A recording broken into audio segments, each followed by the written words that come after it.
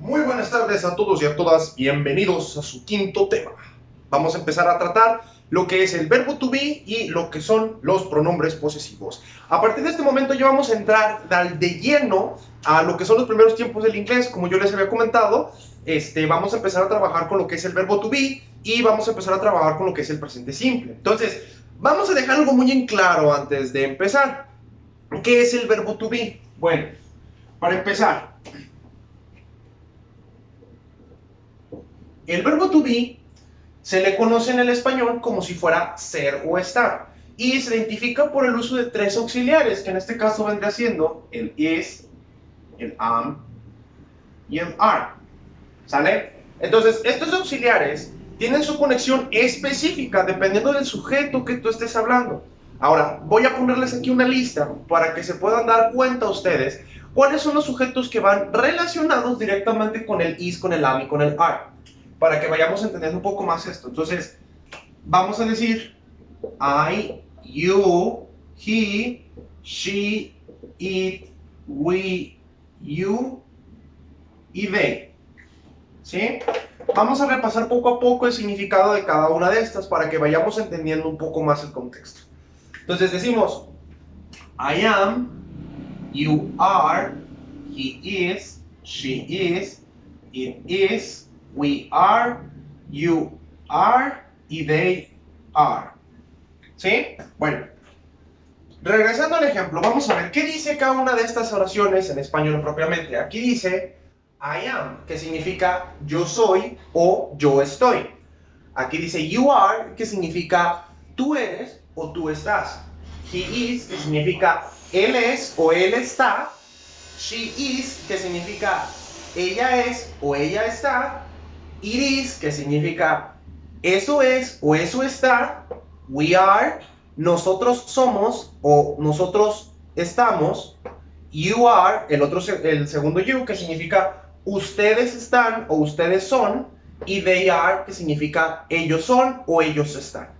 Ahora, aquí viene algo muy importante. Normalmente cuando utilizamos el verbo to be, el auxiliar, obviamente, como ya se los acabo de presentar yo por acá, tiene que ver más que nada, y es muy importante, que entendamos que mientras esto se esté utilizando, los auxiliares del verbo to be siguen funcionando de la misma forma como si fueran también un verbo, a menos de que el ejemplo se los especifique. Más adelante vamos a ver tiempos un poco más complejos, en donde el verbo to be únicamente cumple la función como auxiliar, pero utilizando el verbo to be en su forma más pura, quiere decir que se va a utilizar como auxiliar y como verbo. Ahora, pues el mismo nombre te lo indica, o sea, el verbo to be pues, es un auxiliar y pues obviamente también es un verbo, entonces pues cumple la función de los dos. Ahora, vamos a poner aquí para qué sirve el verbo to be, para que me entiendan un poquito mejor.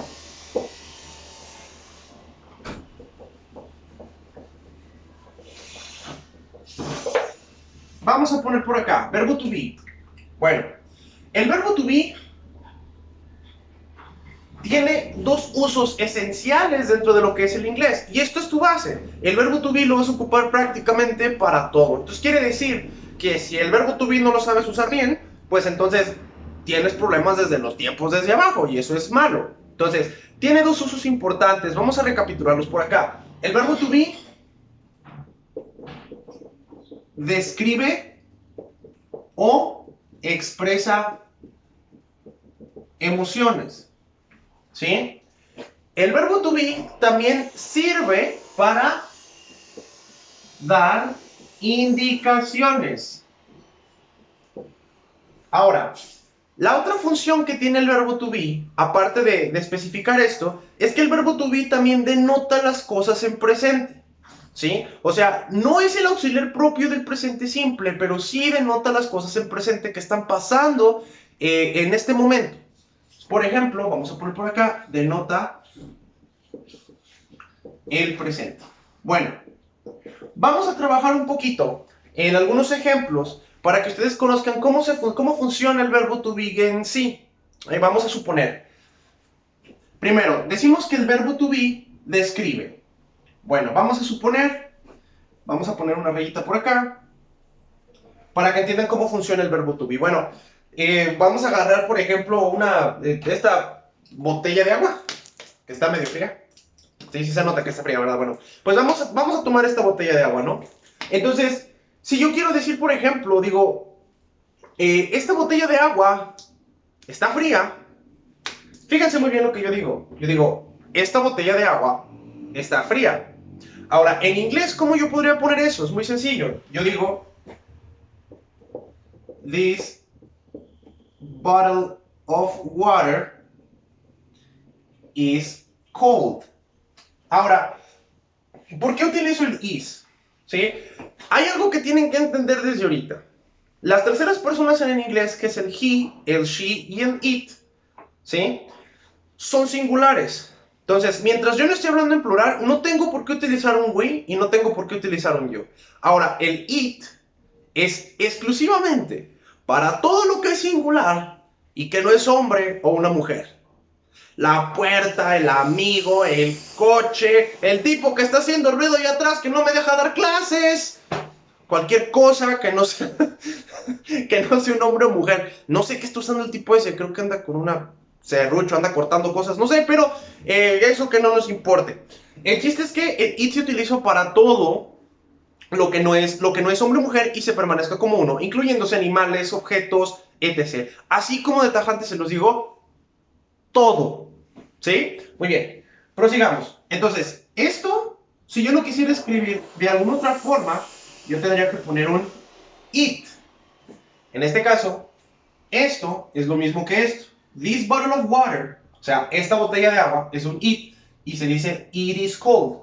Entonces, yo estoy haciendo referencia, estoy describiendo que mi preciosa botella de agua está fría. Y eso es una descripción. Entonces, así se entendería el primer punto de lo que es el verbo to be. Ahora, vayamos al segundo punto, que dice que el verbo to be expresa emociones. Por ejemplo, si yo quiero decir que es que estoy bien triste porque mi novia me cortó. Eso, para poder darle esa descripción, tenemos que utilizar el verbo to be. Ahora, hay que tratar de ver cómo se dice triste en inglés. Para eso, la traducción propia de triste se le conoce como sad. Entonces, ¿qué es lo que va a pasar por acá? Voy a poner I am sad. ¿Por qué pongo el I? Porque me estoy refiriendo a mi persona. ¿Y cuál es el auxiliar propio que va con el verbo to be? El am. Y luego sigue mi descripción, que es sad. Entonces, si alguien me pregunta, Teacher, how are you? I'm very sad, I'm very sad. Bueno, no con el acento así tan marcado, pero se entiende propiamente que estoy diciendo que estoy triste. ¿Sí? Entonces, aquí ya les acabo de dar un ejemplo donde se expresan las emociones. Esto sirve para cualquier cosa. O sea, por ejemplo, si te quieres decir que estás enojado, que estás triste, que estás amargado, que estás enojado, que te sientes frustrado porque alguien no apaga su máquina, etc, etc. ¿Verdad? Bueno, perfecto. Continuemos. Ahora, vamos a la siguiente parte que dice dar indicaciones. Ahora, el verbo to be también se utiliza para poder decir que el edificio fulanito de tal, o el banco, o el supermercado se encuentra en tal dirección. Vamos a suponer un ejemplo por acá. Voy a hacer una conversación pequeña. Supongamos que yo tengo un amigo que es de Estados Unidos y yo le estoy preguntando dónde está el 7-Eleven. Entonces vamos a armarla por acá para que me den a entender. Para darme a entender, disculpen por ahí. Ahí fue un pequeño error de pronunciación. Entonces, sería más o menos así. Vamos a suponer, yo digo, hey, man, where is the 7-Eleven? ¿Sale? Yo tengo esta oración, yo pregunto, hey, man, where is the 7-Eleven? Eso en español significa, ¿qué onda, amigo? ¿Dónde está el 7-Eleven? Que es, bueno, si no lo conocen, es como una tienda que fuera como un Oxxo, prácticamente, una tienda de autoservicio que trabaja prácticamente las 24 horas del día. Entonces, el hombre muy amablemente me contesta y me dice, it is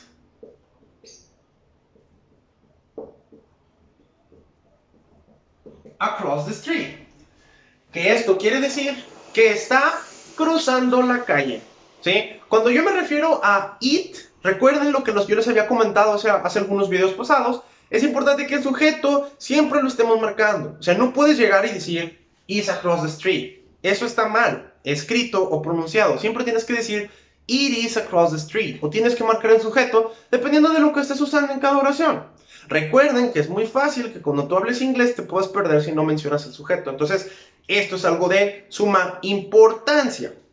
Regresando al tema. Yo pongo is.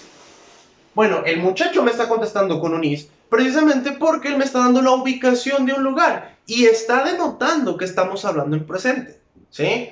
Vamos de nuevo. Yo digo, hey man, where is the 7-Eleven? Oh man, it is across the street. Thank you. ¿Sí? Por ende, yo debo de entender que el Oxxo se encuentra, bueno, el Oxxo, el 7-Eleven, perdón, soy mexicano. Pensé que era, no se crean, si existen 7-Elevens aquí en México, va. Bueno, X, me entendieron, eso es lo importante. Se entiende, por ejemplo, que me está diciendo que está enfrente de la calle, ¿sí? Entonces, vamos a tratar de reestructurar un poquito más el verbo to be para que se fijen cómo se utiliza propiamente.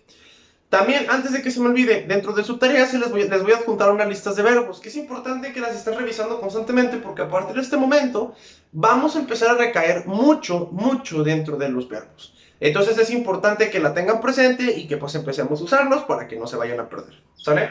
Ahora, ¿qué pasa si vamos a suponer, yo tengo un amigo y pues mi queridísimo amigo yo lo veo como que está así todo enojado, está frustrado el hombre, está así.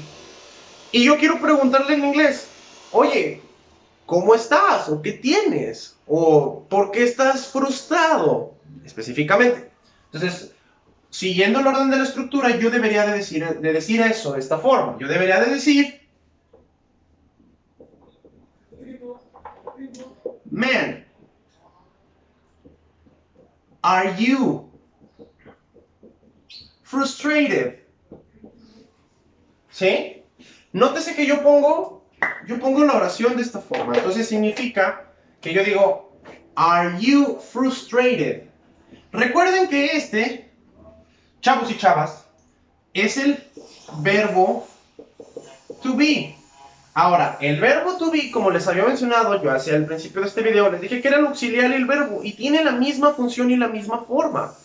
Entonces, cabe recalcar que el verbo puro no existe como tal. Entonces, hay un auxiliar y hay un verbo de por medio. Entonces, vamos a decir que, recuerden que en las preguntas se invierte. Entonces, para yo poder decir esto, en una afirmación se dice, you are frustrated.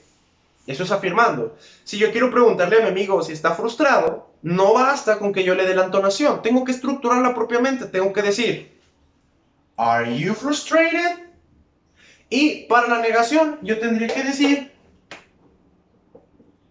you are not frustrated. Otro pequeño hincapié por acá. Recuerden que el not únicamente se le pone a los auxiliares. Los verbos no tienen por qué llevar un not, solo el auxiliar, ¿sale? No importa el que estemos utilizando, ya sea el is, el am, el are, el do, el don't, el was, el were, bla, bla, bla, bla. Dependiendo del contexto en el que te estés manejando. Entonces es muy importante que tengamos esto en presente para poder resolver nuestros ejercicios de forma adecuada, ¿sí? Les voy a poner un último ejemplo antes de pasarme a los pronombres posesivos para que puedan entender un poco más cómo funciona el verbo to be. Vamos a suponer algo así.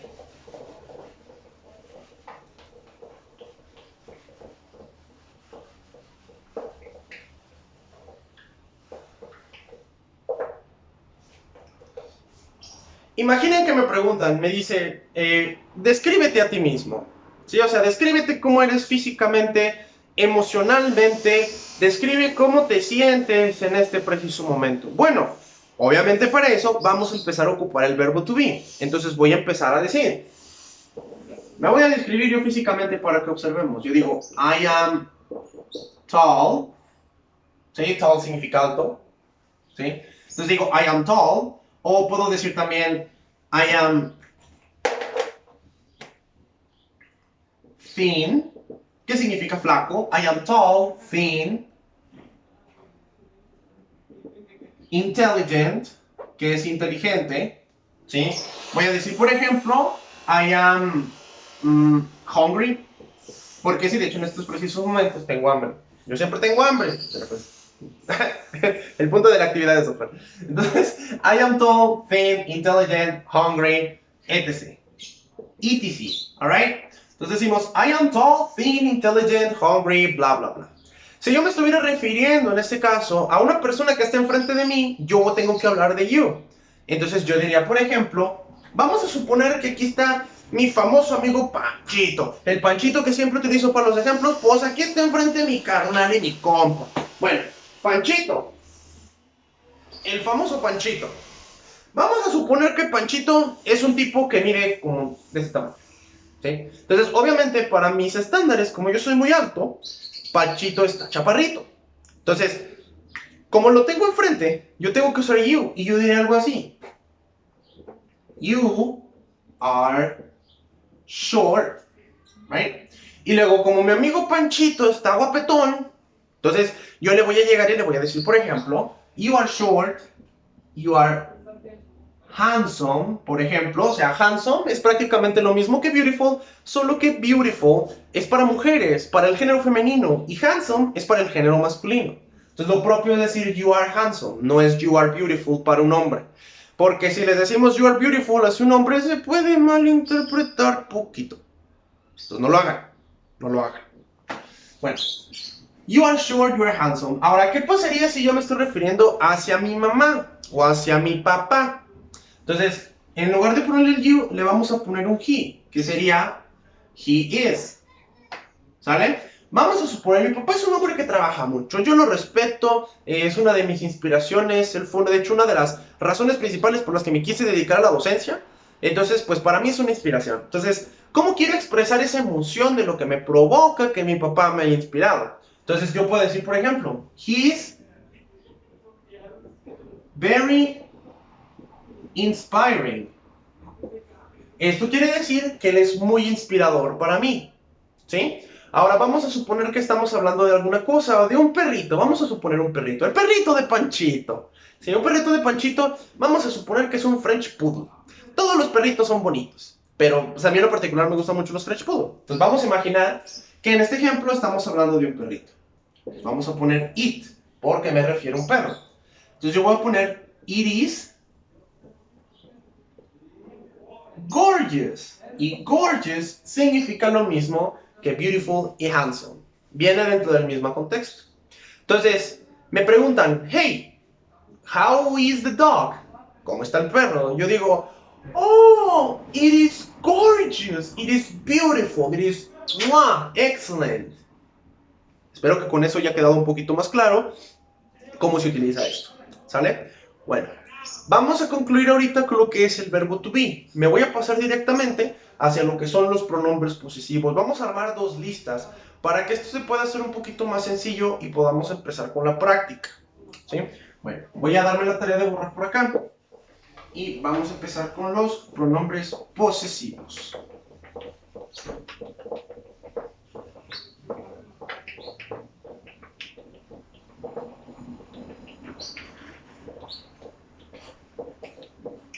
Para poder explicarles cómo funcionan los pronombres posesivos, tengo que hacer otra lista, y les voy a hacer la lista de los pronombres que se supone que ya debemos de conocer, que en este caso es I, you, he, she, it, we, you, they.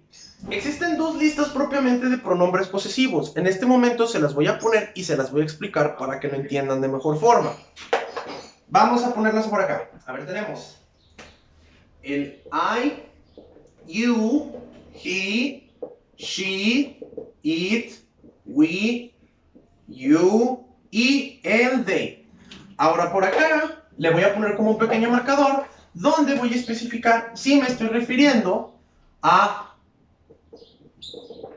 los pronombres número 1 o a los pronombres número 2. ¿Sí?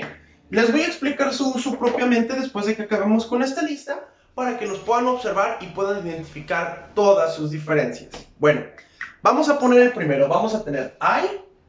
El possessive pronoun es my. El otro possessive pronoun es mine. Y luego vamos con el you. El possessive pronoun 1 es your. Y el possessive pronoun 2, yours. He, his, him. She, her, hers. It, its, its. We, our, ours. You, lo mismo que el de acá arriba. Your, yours. They, their, theirs. Ok. ¿Cuál es la función principal de estos possessive pronouns? Es muy sencilla. Se los voy a explicar para que me puedan entender un poquito más. ¿Sí? Miren, creo que aquí no se alcanzó a ver, pero en la última palabra de la que está de acá abajo se entiende que es una S. Entonces, ahí no se ve. Déjenme mover un poquito para acá, para que lo puedan ver, a ver si, sí.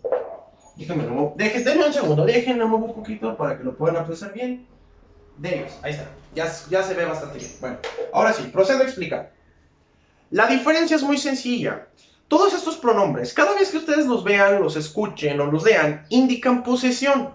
Quiere decir que algo es mío, que algo es de su hermano, que algo es de su hermana, que algo es de su perro, que algo es de ustedes o que algo es de ellos. Dependiendo del ejemplo que tú trates de utilizar y que quieras aplicar dentro del contexto de tu conversación en inglés. Entonces, la diferencia es muy sencilla. Uno, esta lista está exclusivamente diseñada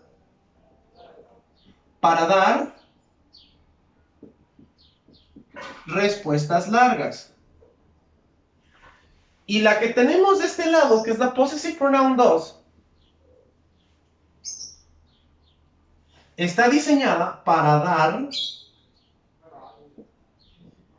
respuestas cortas. Ahora, ¿esto qué quiere decir? ¿A qué me refiero cuando hablamos de respuestas cortas o de respuestas largas? Es muy sencillo. Miren, cuando estoy armando mi oración, ya sea pregunta, negación o afirmación, si yo quiero darle más detalles acerca de lo que yo quiero indicar a una propiedad, entonces es necesario que yo utilice el de este lado. Si simplemente quiero decir es mío, es tuyo, es de él, voy a utilizar la de este lado. A veces se requiere, a veces no. Recuerden que yo les había dicho que el tema del complemento es totalmente volátil. O sea, no todo el tiempo lo vas a utilizar, solo cuando es necesario. Y no todo el tiempo es necesario. Bueno, prosigamos. Vamos a empezar a ponerles ejemplos para que vean cómo se utiliza este tema de la propiedad y vean cómo funciona. Voy a borrar por acá y vamos a empezar a hacer un poquito de ejemplos para que se fijen cómo vamos a utilizar las posiciones propiamente dentro del inglés.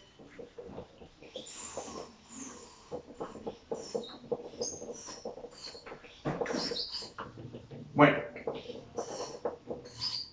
empezamos. Ahora, posesiones. Fácil y sencillo. Vamos a imaginarnos de nuevo mi botella de agua, ¿verdad? Que ya deben de saber cómo se dice en inglés esto. Esto se dice bottle of water. Ahora, vamos a pensar esto. Si yo quiero decir que esta botella de agua es mía, yo tengo que decir this bottle of water is mine. Se le pone mine porque, si se fijan, mi ejemplo no tiene complemento. Entonces no es necesario que yo dé información adicional al respecto. Simplemente se entiende que la botella de agua es mía. ¿Sí? El ejemplo cambiaría si yo cambio la estructura de donde pongo el mine. Que en este caso ya no vendría siendo mine, ya vendría siendo mine. Por ejemplo, vamos a revisarlo de esta forma. This is my bottle of water. Nótese la diferencia. Quiero que observemos bien estos dos ejemplos de la forma más concreta posible. Quiero que observen propiamente cuál es la diferencia de uno con el otro, porque sí se nota. Vamos a ver la estructura. Esto, estructuralmente hablando, es el sujeto. Esto, como les había mencionado también hace un momento, se entiende que es el verbo y el auxiliar. Esto es, perdón, es que ya como que no quiso rayar. Este es el verbo y este es el auxiliar. Y este, por ende, se transforma en el complemento. Recuerden que estas son afirmaciones, o sea, no hay un auxiliar negativo, no hay nada que indique pregunta. Entonces, por ende, son afirmaciones. Bueno, regresando al tema. This bottle of water is mine. Ahora, esto, por mera semántica, se convierte únicamente en el sujeto. Esto, por obvias razones, se convierte en el auxiliar y en el verbo. Y esto pasa a estar directamente hacia el complemento. Si lo analizamos propiamente y nos ponemos a ver por parte de la estructura, qué es lo que quiero dar a entender, fíjense en dónde está la propiedad. En el segundo ejemplo, la propiedad se encuentra en el complemento. En mi primer ejemplo, la propiedad también se encuentra en el complemento, pero es corta, porque no es necesario que dé más información. ¿Sí? Por ejemplo, les voy a escribir otro para que más o menos se vayan guiando. Es lo mismo decir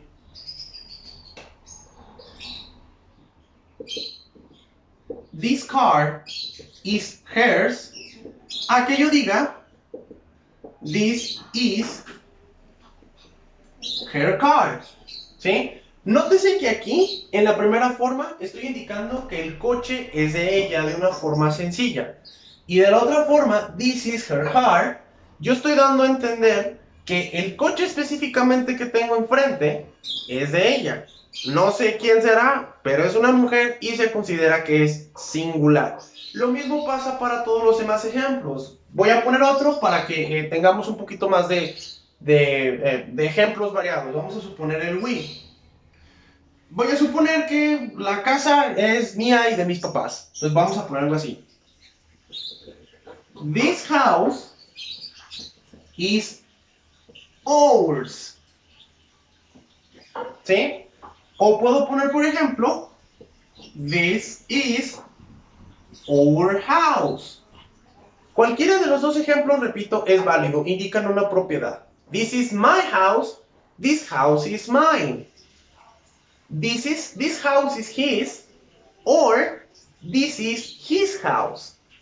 Es totalmente válido, indicamos propiedad. Bueno, para la actividad dentro de este video se las voy a adjuntar directamente, como ya saben, dentro de la plataforma de Google Classroom y vamos a empezar a trabajar en base a eso.